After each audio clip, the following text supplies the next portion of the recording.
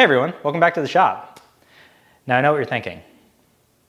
I'm gonna need a haircut here soon. It's starting to get out of control. You can't be living like this, you gotta keep things nice and clean. Oh, and the shop's looking a little bit more put together. Been going along, doing some organization, some setup, a little bit of decorating with the license plates finally back up. Got my French cleat wall, dust collector set up, clamp rack over here. It's getting to be a little bit more tidy and organized and looking more like a shop again. But that's not what we're here for today. Today, I'm going to tell you about how I finally set up some dedicated electrical outlets and a circuit for this shop.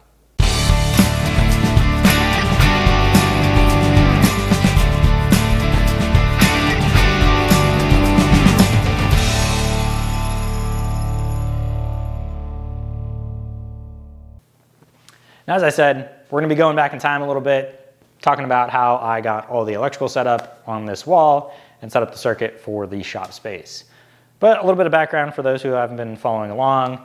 For the longest time, when I moved into this space and set up the shop, I had been running all of my tools off of a outlet located on the other side of the garage behind you, running an extension cord across and splitting it off in a way that would probably make some electricians squeam and not sleep well at night. But moving back in, getting things set up, I definitely wanted to work on setting up a proper circuit for the shop so that way I'm not ruffling any feathers, we'll say. So that's what we're going to be talking about here today. My big goal was trying to set it up so that way I could easily plug things into the wall over here rather than running an extension cord across, and have it set up so that way the entire shop space is on a dedicated circuit. I'm not going to be worrying about pulling amperage or loads away from anyone else here in the house or from any of the other appliances and things in the garage. So we're going to be going through that process today.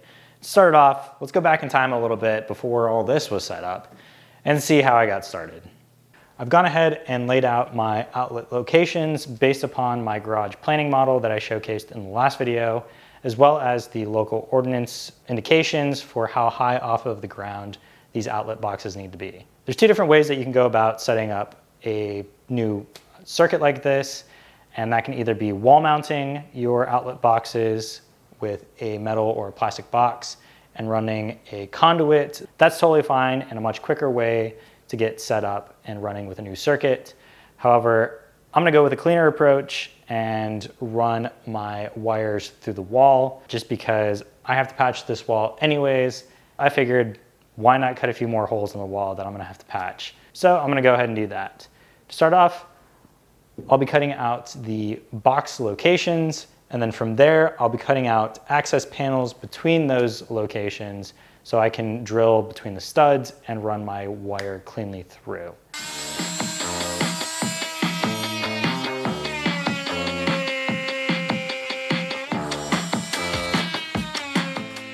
As I said, I'm cutting out the locations for each outlet box.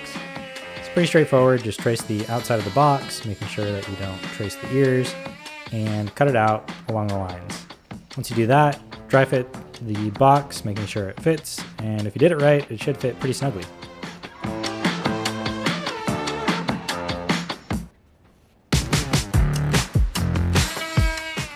Next up is cutting out access panels in order to drill into the studs and have a feed-through location for your Romex between each box location. Pretty straightforward, just cutting out some big rectangles big enough that you can fit a drill into the wall and drilling into the studs, centered on the studs so that way there's no chance that the Romex will be hit by anything that you might put in the wall later. Also make sure to mark each of the panels that you cut out of the wall so that way you can put them back into place later and they fit nice and snug exactly where they should go.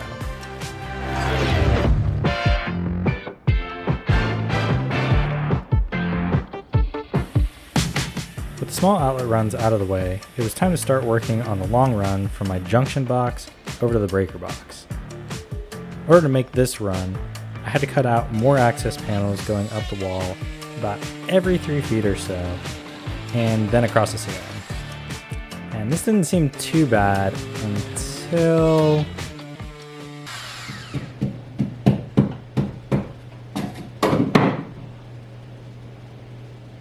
It was at this moment that he knew. He fucked up. Well, that'll be a fun little surprise for someone down the line. Anyways, moving on. I made sure to leave enough space to allow for tacking the Romex cable to the center of the stud as I moved my way up the wall. Starting from the top of the wall moving down, I dropped one end of the Romex through the wall and fed a good length through my junction box. After that, I began tacking the Romex in place to the stud every 3 feet or so to fall within code, and making sure to attach it pretty close to the junction box as per code as well.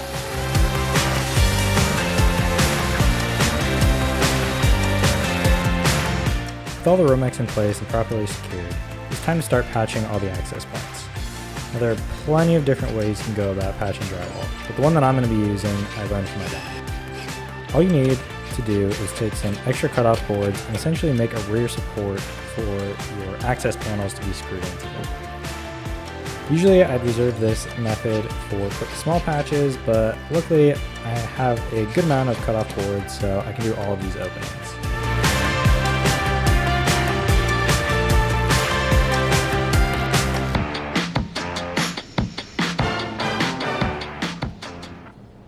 So it's a new day. We're getting back to work here in the garage, and already it's starting to look pretty good. Got all of the boxes placed, the wire run. I've gone ahead and patched up the wall in the areas that I cut out, including a new patch where I dropped that piece into the wall. Anyways, got it all blocked out with what it needs for this side of the wall right now. So today I'd like to focus on cleaning up all of the patches, and then I'll start working on wiring up all of the outlets for these boxes. And I'll show how I'm doing that based upon the research that I've found.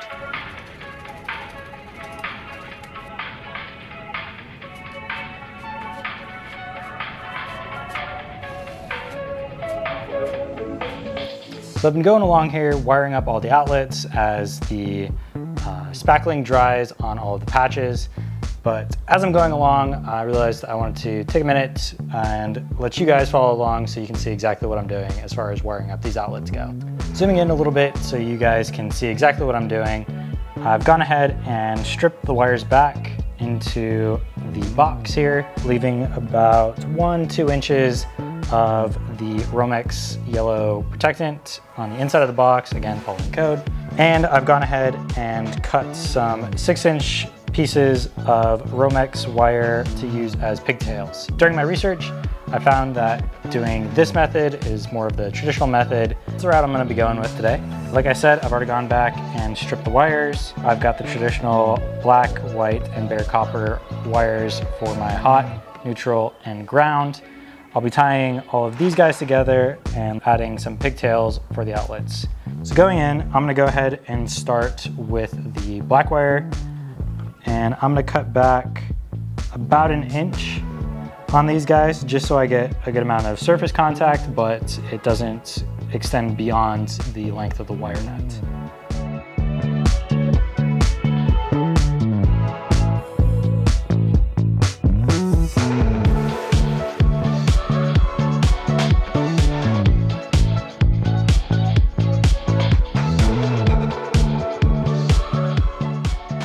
And then while I'm at it, I'm gonna go ahead and set myself up on my pigtails. So what I found to be helpful is to go ahead and start by pre-twisting the wires together. This way, it relieves some of the slack on the wire nut. The wire nut is basically just a cap to insulate your connection points. The rest of, holding all of the wires together is being held or taken up by the wire itself. So, using my pliers, I'm gonna go ahead and try and align these guys as best I can. I'm gonna go ahead and start twisting these guys together. Okay, that seems pretty good. Those aren't going anywhere. I'm gonna go ahead and take one of my pigtails. Again, make sure that these are out of the way. Bend that down for a minute. Put Put this in line. Make sure I can get a good clamp on it. There. And I'm just gonna twist this guy around a couple of times just to make sure that's pretty well locked in there. Quick connectors nowadays, they make these really easy. I think the brand name is Wago, but these guys are sort of the generic version. Much easier to use these. I'm just using the wire nuts because I've already got a massive bin of them. So use what you got. But to make it easier on yourself, get some of these. It's just push and play. It makes it a lot easier.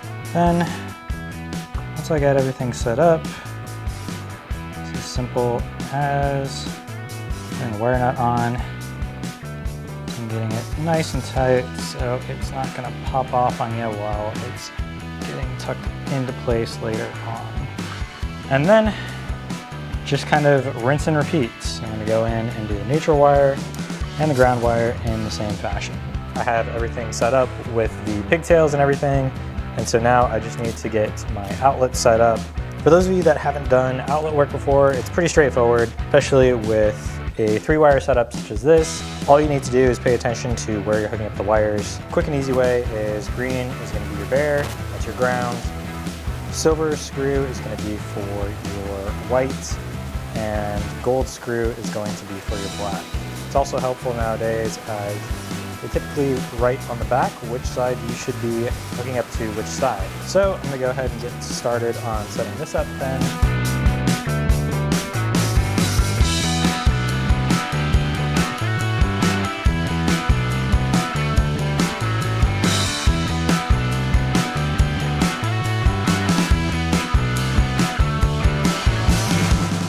One in, one more to go.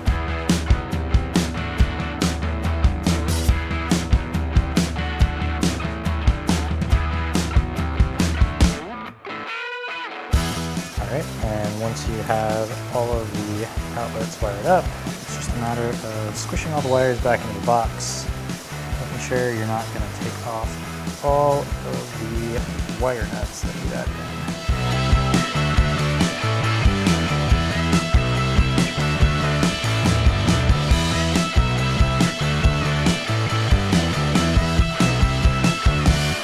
Welcome back to the present.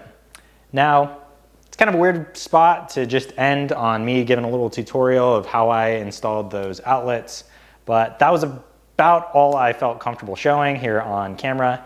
The rest of it, I went and ran my Romex across the garage over the sub panel and wired in the breaker into the box. Did it very safely, made sure that everything was nice and tidy, but I did not feel comfortable showing that here on camera because I know that all of the electricians on YouTube will flock and hound me and roast me.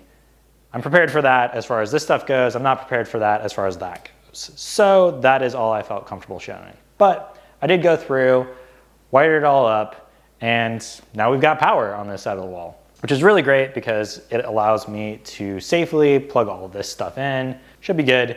I'm not going to be running too many things at the same time. Basically, just the dust collector will be running anytime there's a power tool running.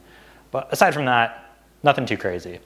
And that's about all for this one. I really hope you enjoyed the video. I know it was a little bit different in terms of kind of how I went along with it, but just wanted to show you guys kind of continuing the process of building out the garage space. I'm hoping that for some of the next work that I'm doing here in the garage, we'll be working on some cabinets, starting to get a little bit more organization set up in here, things like that. So stay tuned for that. But until next time.